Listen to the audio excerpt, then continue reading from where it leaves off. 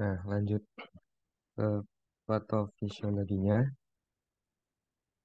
Nah, ini di ujung saraf pada kondisi normal, ketika misalnya sel saraf butuh untuk ditidurkan, jadi otak mengirimkan sinyal ke dalam sel saraf, kemudian sel saraf butuh untuk ditidurkan untuk atau tidak beraktivitas ya. Nah, itu yang bekerja itu adalah gabanya. Nah, jadi nanti ada potensial aksi hiperpolarisasi, kemudian ada membuka kanal C-Elmin di sini, dan dia akan memicu pelepasan GABA. Nah, GABA ini nantinya akan keluar keluar menuju dari ujung saraf satu ke ujung saraf yang lain. Nah, nanti GABA akan melepaskan, dia akan berikatan dengan reseptor GABA. Nah, ketika GABA ini berikatan dengan reseptor GABA, maka akan memicu pembukaan kanal C-Elmin ini.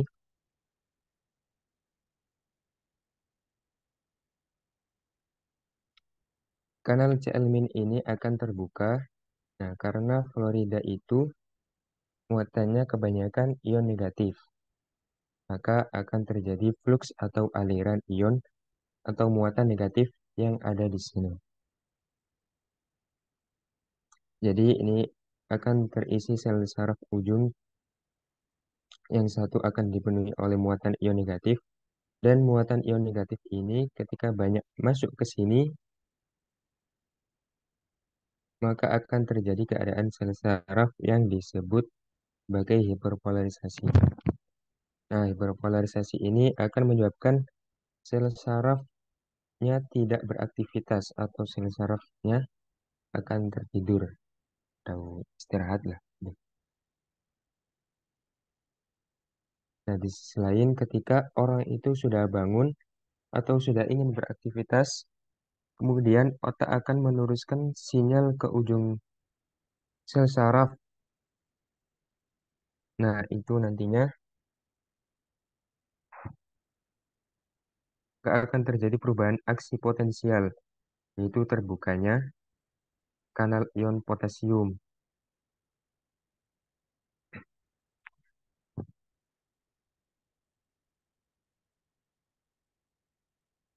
atau natrium. Ketika ion natrium ini terbuka kanalnya,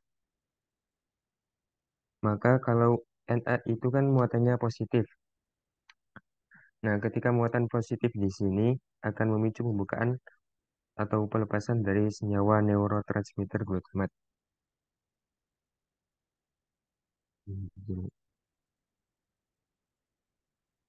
Neurotransmitter glutamat di sini ketika terjadi depolarisasi, di sini kalau apa tadi kan hiperpolarisasi dengan adanya influx muatan negatif, pembukaan kanal C-Elmin di sini. Itu akan memicu perilisan atau pelepasan GABA. Nah, kalau adanya influx muatan positif di sini, bukaan kanal Na+, maka akan memicu pelepasan dari glutamatnya. Glutamat ini nantinya akan berikatan dengan reseptor AMPA dan juga reseptor NMDA. Nah, ketika glutamat berikatan dengan reseptor AMPA, maka nantinya dia akan membuka bukaan kanal Na+ atau bukaan kanal natrium.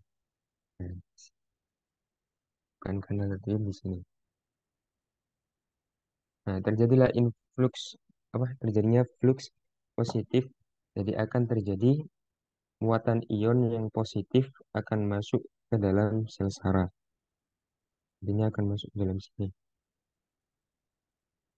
In- Intraseluler. Kemudian akan terjadi muatan positif di sini.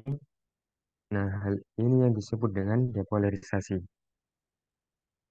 Nah, sama halnya ketika reseptor glutamat ini dirilis kemudian berikatan dengan reseptor NMDA, maka akan terjadi bukaan kanal CA12.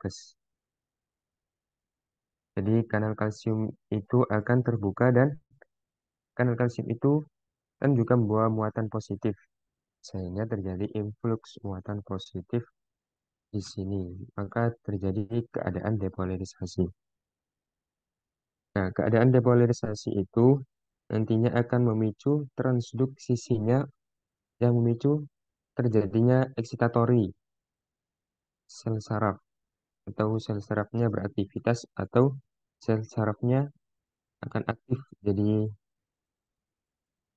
GABA tadi kan dengan glutamat apa? GABA tadi kan berikatan dengan reseptornya maka akan memicu sel saraf untuk bisa aktif untuk bisa apa? Apa? Menidurkan untuk istirahat gitu atau untuk tidak beraktivitas. Tapi kalau glutamat ketika dia dilepaskan dan berikatan dengan reseptornya, maka dia akan memicu sel saraf untuk aktif, untuk hidup lah, untuk bangun dan untuk beraktivitas. Nah, yang terjadi pada epilepsi, nah itu biasanya terjadi ketidakseimbangan, ke, apa, ketidakseimbangan pengaturan neurotransmitter dan kondisi-kondisi abnormal lainnya, sehingga mengakibatkan ketidakseimbangan dalam pelepasan neurotransmitter, sehingga kalau pada epilepsi, yang seharusnya kalau epilepsi itu kan sel sarafnya aktif ya, terlalu aktif. Nah, epilepsi itu kan kejang. Kalau kejang itu yang terjadi adalah sel sarafnya adalah tereksitasi berlebihan atau teraktivasi berlebihan. Sehingga ada hipereksitasi sel saraf. Jadi sel sarafnya itu sel saraf menjadi aktif, sangat aktif. Biasanya adalah kalau nggak glutamatnya yang berlebihan sehingga terjadi eksitasi berlebihan, atau kalau tidak ya terjadi adalah inhibisi dari GABA, inhibisi dari GABA-nya atau kekurangan GABA sehingga apa yang bertugas untuk menidurkan sel sarafnya itu jumlahnya berkurang. Sehingga apa? Jadi yang jadi sel sarafnya kurang bisa tertidur dengan baik begitu. Itu istilah umumnya. Sehingga dia sel sarafnya lebih cenderung ke aktif yang berlebihan. Kemudian lanjut. Ini yang terjadi pada epilepsi. Nah, yang terjadi pada epilepsi itu adalah sebagai berikut. Bisa kita lihat di sini.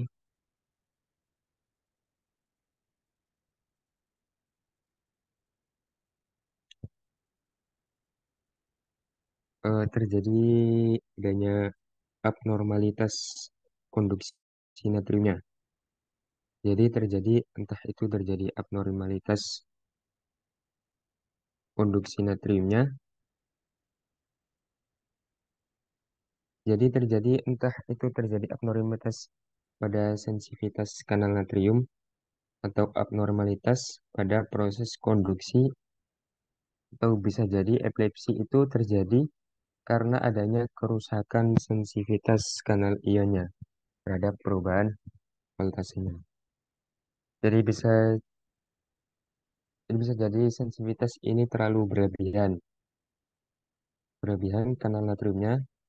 Nah, kemudian nantinya terjadi influx muatan positif yang berlebihan juga sehingga memicu perilisan atau pelepasan glutamat yang jumlahnya dalam jumlah banyak atau lebih. Nah, sehingga nanti bisa menimbulkan kejang atau epilepsi. Nah, selain itu juga bisa penyebab epilepsi itu berkurangnya membran yang mengikat ATP pada transfer ion sehingga terjadi ketidakstabilan membran sel saraf dan kejang yang selain itu apa saja penyebab epilepsi itu? Nah, bisa karena adanya stroke, iskemik, atau kerusakan kanal ionnya, atau sensitivitas reseptor GABA yang berkurang, atau karena adanya perubahan, ini yang ini ya perubahan sensitivitas dari perilisan GABA-nya dan juga glutamatnya, atau bisa jadi penyebab dari penyakit-penyakit lain.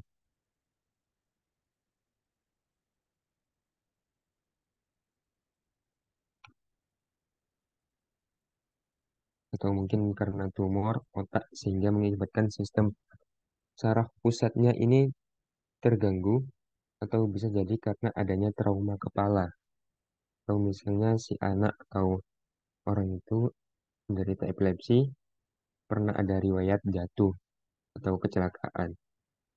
Itu juga bisa memicu terjadinya perubahan di sel saraf di otaknya sehingga mengganggu proses transduksisinya dari otak ke jaringan.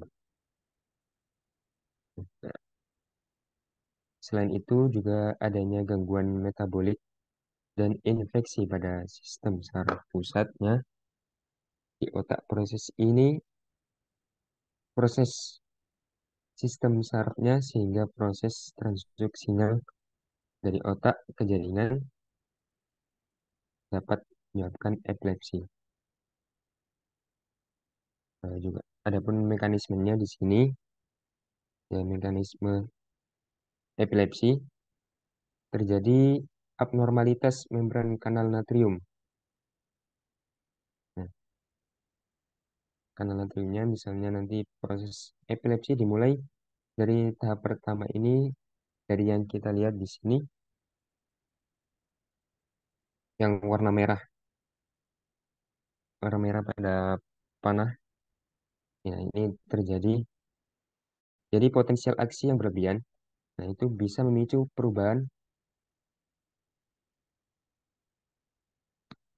Potensial aksi yang berlebihan itu bisa memicu perubahan sensitivitas kanal natriumnya. Dengan kanal natrium akan membuka, kemudian memproses nomor satu, karena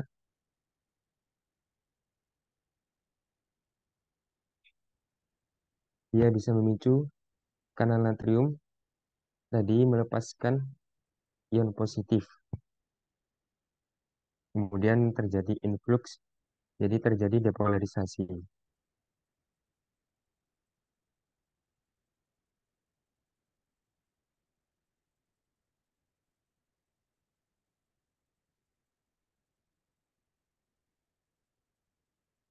Nah, terjadi depolarisasi dan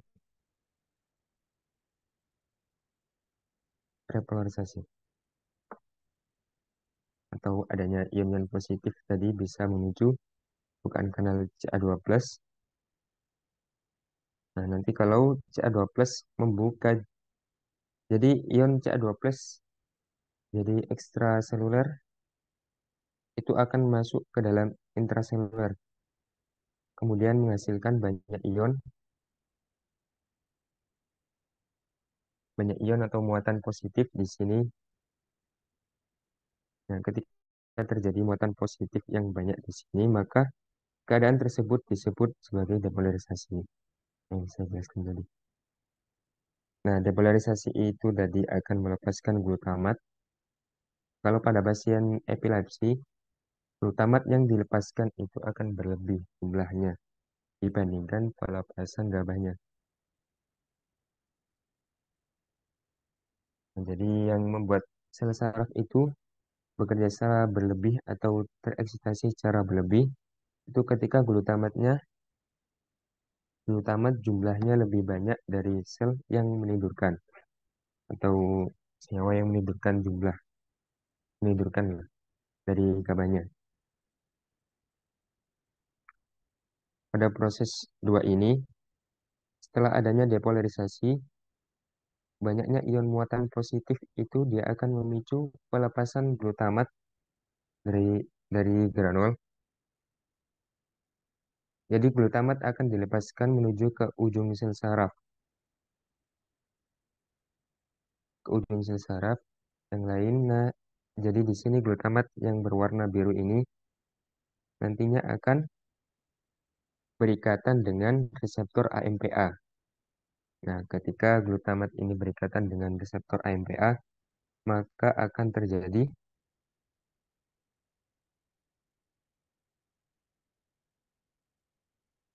apa? AMPA maka akan memicu pelepasan kanal natriumnya. Nah, sehingga apa? Ketika kalau natriumnya terbuka, maka akan terjadi influx aliran Na+ di sini. Nah, ini disebut sebagai keadaan depolarisasi. Selain itu, glutamat tidak hanya bisa berikatan dengan reseptor AMPA, tapi dia juga bisa berikatan dengan reseptor NMDA. Nah, glutamat itu berikatan dengan reseptor NMDA, maka akan memicu pembukaan kanal Ca2+ yang ada di ujung sel saraf yang lain. Maka akan terjadi ketika apa? Terjadi apa? Ketika kanal Ca2+-nya tadi membuka, terjadi aliran atau influx ion positif Ca2+ nih ke dalam intraseluler ya, intraseluler ini. Nah, jadi dalam sel saraf intraseluler, sel saraf yang ada di ujung ini sehingga apa? Ini Na2+-nya masuk, Ca2+ masuk, maka terjadi depolarisasi. Nah, yang terjadi pada epilepsi itu adalah ketika glutamatnya itu yang dirilis atau dilepaskan lebih banyak jumlahnya dibandingkan dengan GABAnya.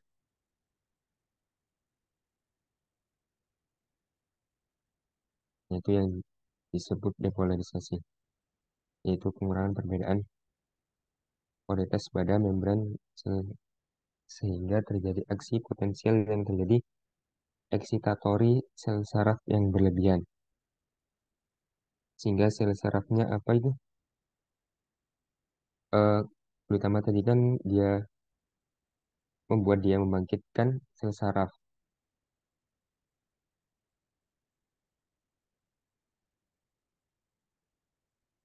Eh, GABAnya tadi kan untuk menidurkan sel saraf. Nah, si glutamatnya tadi untuk membangkitkan atau membangkitkan sel saraf.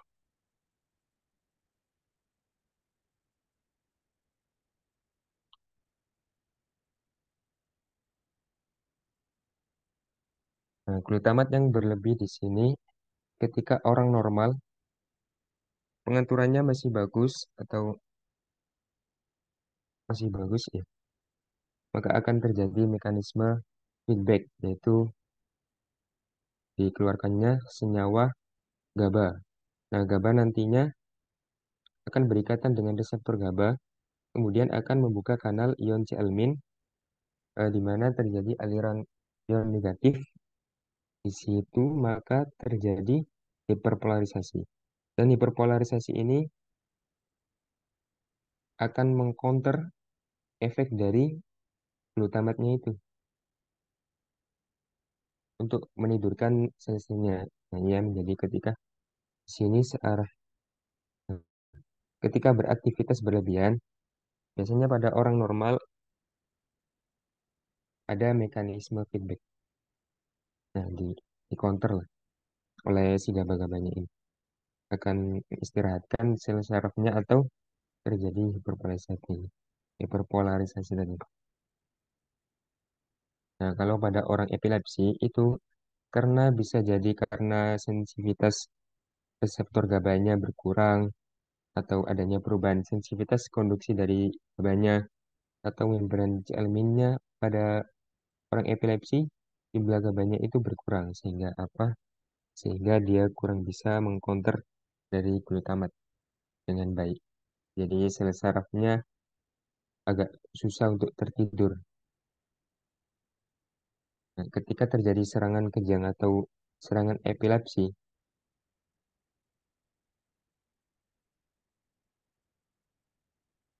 nah jadi itu mekanisme kenapa bisa terjadi epilepsi yaitu adanya ketidaknormalan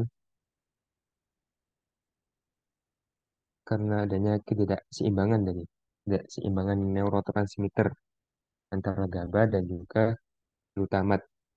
Jadi epilepsi itu terjadi ketika neurotransmitter yang bertugas untuk membangkitkan sel sarafnya itu tadi biasanya jumlahnya tuh lebih banyak daripada yang menghambatnya. Jadi epilepsi itu bisa terjadi eh, tidak terjadi ketidakseimbangan antara keduanya tadi. Jadi itu foto fisiologi yang saya sampaikan. Kemudian lanjut ke diagnosa dan pemeriksaannya. Adapun beberapa tes penunjang yang dilakukan untuk mendiagnosis penyakit epilepsi sebagai berikut ini. Dilakukannya pemeriksaan neurologis, yang dimana ini bertujuan untuk memeriksa fungsi otak dan kemampuan motorik serta perilaku pasien. Kemudian dilakukannya tes darah untuk mengetahui adanya masalah kesehatan lain yang dapat menyebabkan epilepsi. Kemudian dengan EEG, elektroencefalogram, mendeteksi gelombang otak yang abnormal. Kemudian treatment. Tujuan utama pengobatan epilepsi adalah mengendalikan kejang dan meningkatkan kualitas hidup pasien. Pilihan pengobatan termasuk obat anti-epilepsi, kemudian ada pembedahan dan diet ketogenik. Pilihan pengobatan bergantung pada berbagai faktor, termasuk jenis kejang, frekuensi penyebab, dan karakteristik individu pasien. Nah, terapi pada tadi, intervensi ini bertujuan untuk menghilangkan atau mengubah fokus epilepsi dan mengurangi frekuensi dan tingkat keparahan kejang. Nah, ini dilakukan apabila kejang tidak terkontrol dengan obat-obatan. Bisa dilakukan dengan bedah. Kemudian obat anti-epilepsi. Nah, obat-obatan anti-epilepsi ini adalah terapi yang paling umum, yang paling umum digunakan untuk mengendalikan serangan epilepsi. Obat-obatan ini dirancang untuk mengurangi aktivitas listrik yang abnormal di otak yang memicu serangan epilepsi tadi. Yang terakhir, diet ketogenik. Nah, diet ketogenik ini mungkin meningkatkan kadar neurotransmitter inhibisi GABA-nya tadi di otak. Nah, GABA memiliki efek menenangkan pada aktivitas listrik otak dan dapat membantu mengurangi serangan.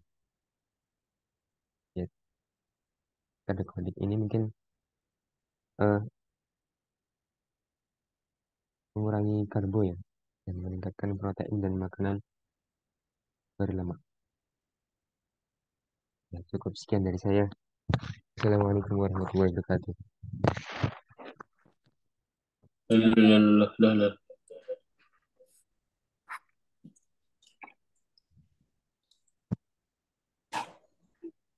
Coba slide awal, Fit. Kembali ke awal. Saat awal. Ya, ke awal sih. Tante.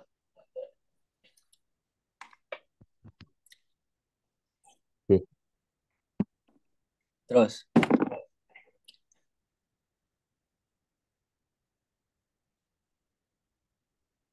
terus.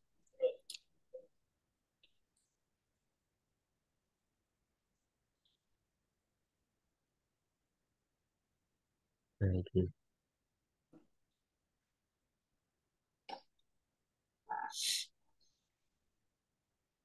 Epilepsi neng jadi di mana? Anu apa di bagian otak mana yang bermasalah? Oh, Hmm, di kan enak dua ini, aduh. dua golongan, serangan Mm, parsial dan serangan umum. mm, Serangan parsial ini dimulai dengan aktivitas listrik yang abnormal di mm. satu area tertentu di korteks cerebri. Korteks Di mana itu cerebri. korteks cerebri? Korteks cerebri ini lapisan jaringan saraf terluar. Hmm. Di mana itu? Kayak nek gambar. Eh, lali ada di Indo, gambar. Indo, Bang, Indo.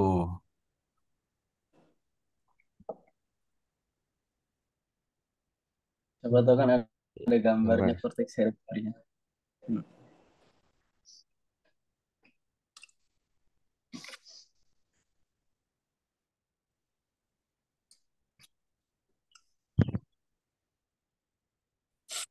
Korteks cerebri kan merupakan bagian terluar dan terbesar otak yang Hmm. terletak di luar otak, di Dia di masa bagian paling mana? anterior. Pasti frontal, oksipital, otak bagian mana? Tengah kah?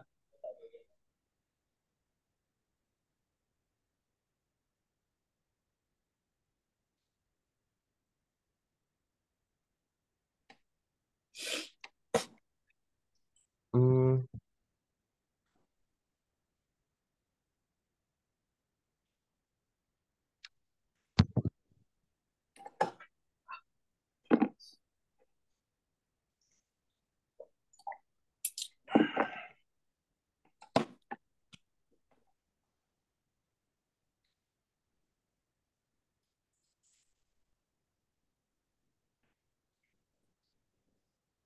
ya kan korteks cerebri itu kan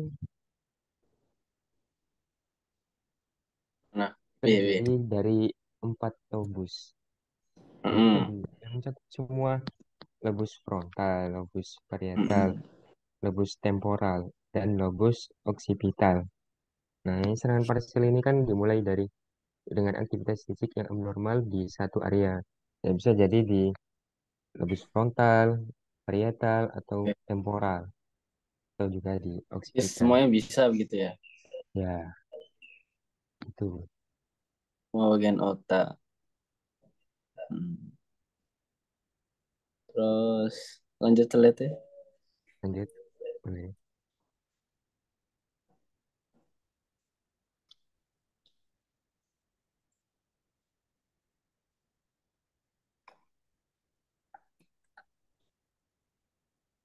Eh, dua faktor itu maksudnya gain karo vokal no? Hmm, dua faktor. Eh, Oke ini iya, kan pertanyaanku, bisa ndak epilepsi itu dikarenakan virus mungkin bakteri? waduh, saya belum baca ya tentang itu. Banyak dikatakan itu terjadi karena cedera lah mungkin, karena kecelakaan.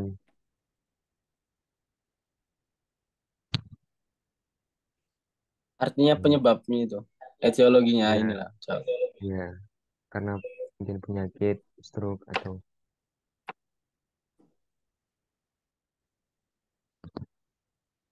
yang bisa diketahui lah ini. Ini penyebabnya Jadi ada dua. kalau dari mungkin bakteri yang menginfeksi atau virus mungkin terjadi ndak? Bisa ndak? Eh, Pendapatmu, Fe? mungkin bisa. Bakteri mungkin bisa menghambat apa? Menginhibisi dari gabanya tadi sehingga apa? Tidak sih, tidak apa terjadinya ketidakseimbangan antara dua neurotransmitter tadi. Mungkin itu yang membuat epilepsi. Dari apa? virus tadi membuat keduanya tidak seimbang. Mungkin sih. Saya juga belum baca Iya, dari iya. virus sih.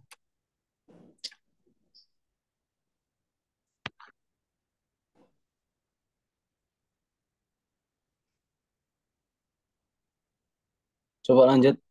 Sip. Oke. Udah siap fotomu nih. Oh foto. Oh, enggak usah. Aku takut ya, aku takut. Oh iya boleh boleh.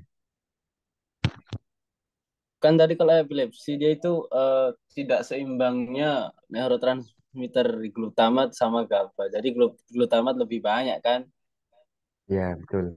Nah, terus bagaimana kalau neurotransmitter GABA itu lebih banyak? Jadi sebaliknya tuh itu apa sih penyebabnya atau akibatnya apa?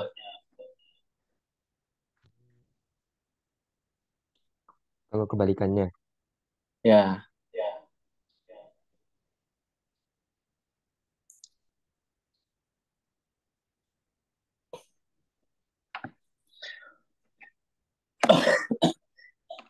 itu lebih banyak.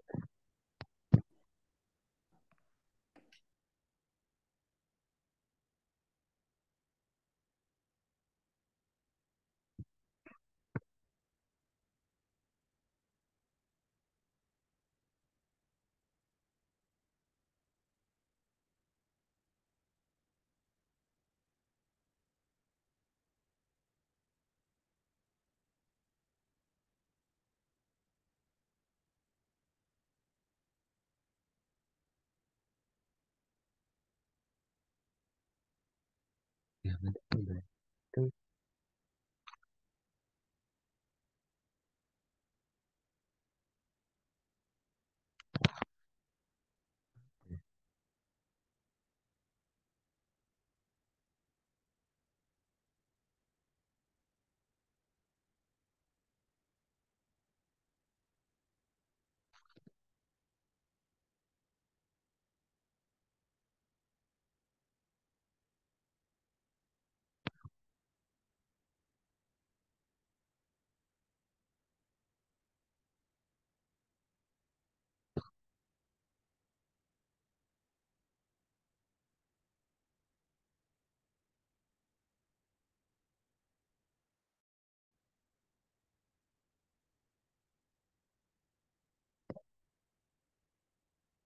oh, mungkin PR nih. Saya kurang tahu.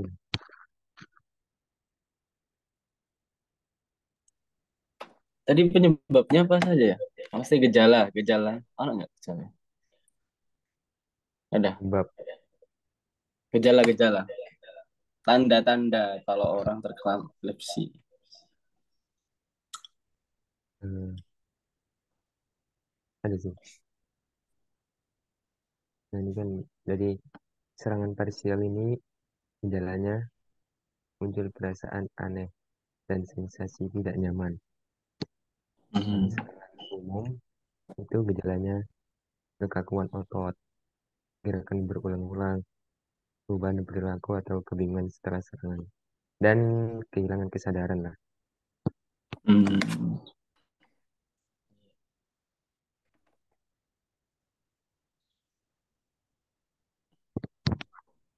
Kalau kan kalau apa ya? Kan gejala akibat.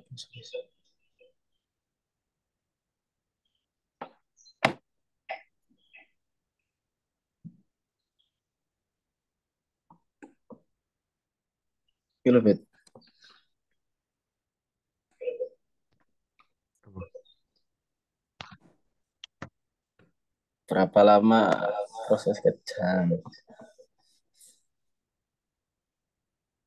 oh, berapa lama?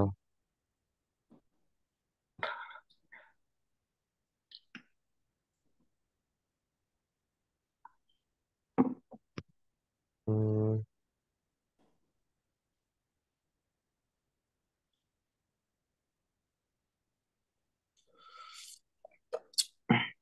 umumnya sih kurang dari 2 menit, 2 menit sampai 15 menit.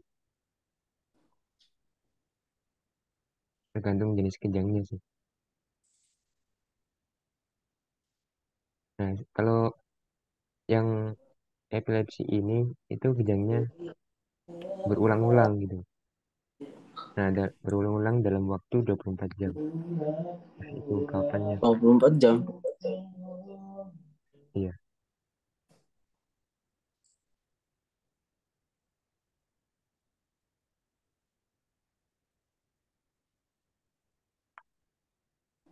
Kesimpulannya apa tadi?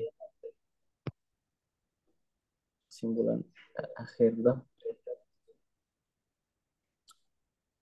sebulan.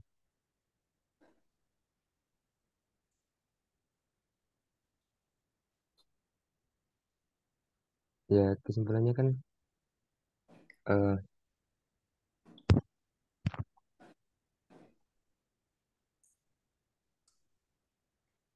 epilepsi yang merupakan penyakit apa yang disebabkan ketidakseimbangan neurotransmitter pada otak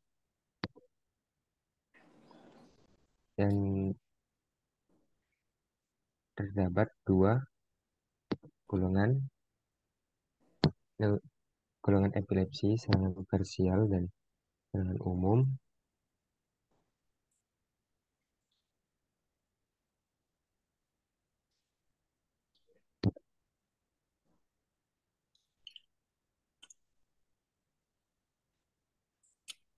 Nah, dan adanya gejala perasaan aneh dan sensasi tidak nyaman dan kejang-kejang.